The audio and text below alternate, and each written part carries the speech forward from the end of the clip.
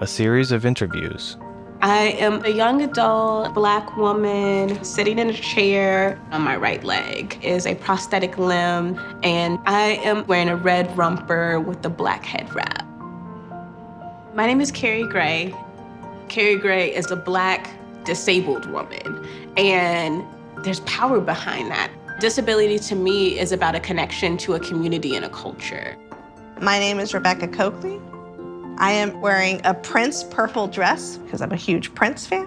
I am a second-generation little person. Roughly 1 in 5 people in this country are a person with a disability or a person who will experience disability at some point in their life. There's not a community, there's not a demographic that is not touched by disability. My name is Sarah Minkara. I'm blind, I'm a Muslim, and I'm a woman. There's 1 billion individuals in this world with disabilities. The majority of persons with disabilities are marginalized from the education sector, employment, health sector.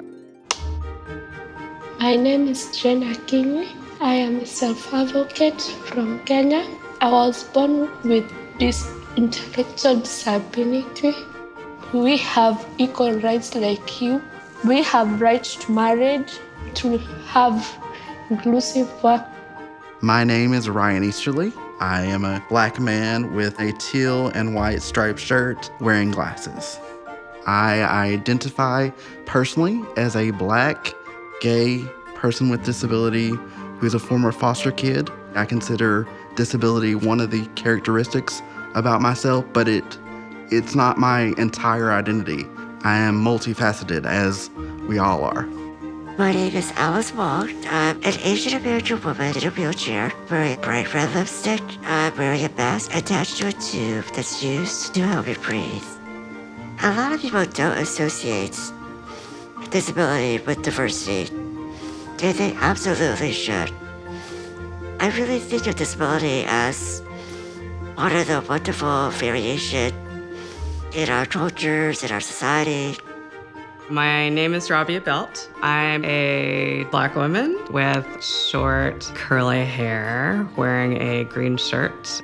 We see disability all over the place, but often in ways that are somewhat negative. We don't often see people with disabilities speaking for themselves, and we don't really know the history of disability in this country. What I would like to see is different types of representation across race, gender, and class, so that you see the full panoply of people with disabilities. My name is Maddie Rubelo. I'm a young white woman with brown curly hair wearing a bright green shirt. I am a disabled woman. I have a chronic illness called POTS. Full access. That's the dream, right? That everybody can move through the world and not face barriers. Full accessibility means talking to people, designing processes and programs in a way that people are included from the start. Understanding that the legal requirements are just a minimum. My name is Dessa Cosma. I am a white, disabled woman. I'm a little person who often uses a wheelchair. Everything that's wrong with our society was a set of choices, and the beautiful thing about that is that we can make different choices. So there's this huge opportunity to rebuild our world in a way that actually works for people, and not just a few people. Sarah Minkara. I have a nonprofit organization, ETI, Empowerment Integration, that focuses on changing the narrative surrounding disability. There's a huge inequality between the reality of persons with disabilities and what support is going towards that. Only 2% of international funding is going to persons with disabilities. Dessa Cosma. I've started a disability organization called Detroit Disability Power, and we are organizing people with disabilities and collaborating with other social justice movements around our issues that intersect with their issues. People with disabilities are some of the most impoverished people in the United States. We typically live below the poverty line.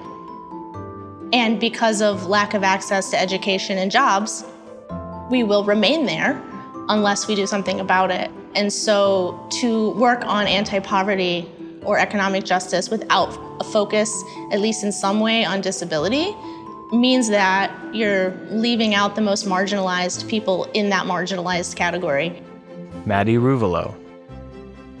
I'm a transportation planner. About 5 years ago, I sort of discovered that there was a disability community and got really involved in the community. The key issues to focus on are things like healthcare, employment, education, deinstitutionalization, where people are not getting their very basic needs met.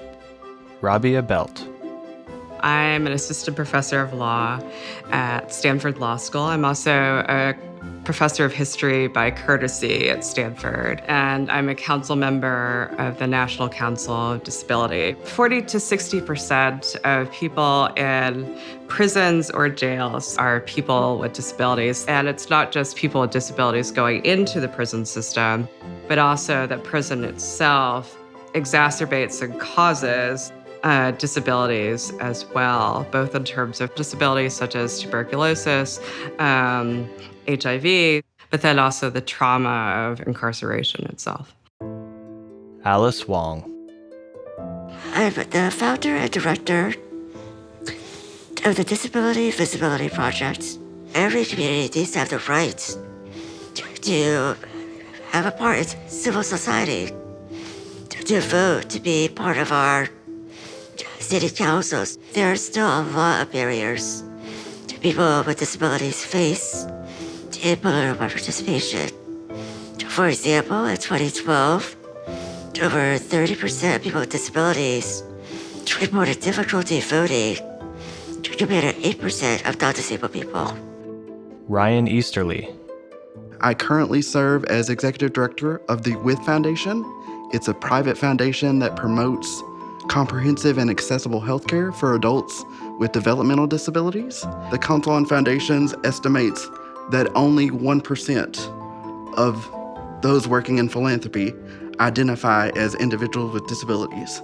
Part of grant making and part of philanthropy is strengthened when you have people with lived experience in various aspects, including disability, involved in the process, actually on staff. Carrie Gray. My current job is at the U.S. Business Leadership Network. What's different about the disability narrative is that it's this added layer of accommodations. So ensuring that when you're hiring people with disabilities, that your buildings are accessible, that people with wheelchairs are actually able to get into the building, that if you want to hire folks who are deaf and hard of hearing, that there's some type of communication channel that allows for them to be implemented throughout the organization. Rebecca Coakley. I am the Senior Fellow for Disability Policy at the Center for American Progress in Washington, D.C. There is not a civil rights issue today impacting marginalized communities that does not have a disproportionate impact on people with disabilities. Come, sit with us, talk to us. We are already there, but the tables that you have created are fundamentally inaccessible to us. So we're asking you, join us and apply the disability lens across your funding strategy. Alice Wong. It's part of a larger conversation that all of us as a society has about who we are, where we're going, who we want to be, and our movement toward ultimately social justice. The same series of individuals silhouetted in profile against a window. We ask for disability access because when we evolve our institutions to be fully inclusive, we can build a world where all are free. Disability is a normal, positive part of human diversity. Disability is diverse, and people with disabilities have other important identities. Disabled people come from different cultures. These parts of our lives also affect what we are able to do and how people treat us. Nothing about us without us. We want to have a say in everything that affects us. We are people with disabilities building power and inclusive social justice movements. Funders should serve people with diverse disabilities. True inclusion Is revolutionary. Where are you in your journey to inclusion? For more information, go to disabilityphilanthropy.org and promote using the hashtag #DisabilityInclusion. Brought to you by the President's Council on Disability Inclusion in Philanthropy. Text on screen of the production credits. For a full credit list, please review the transcript file.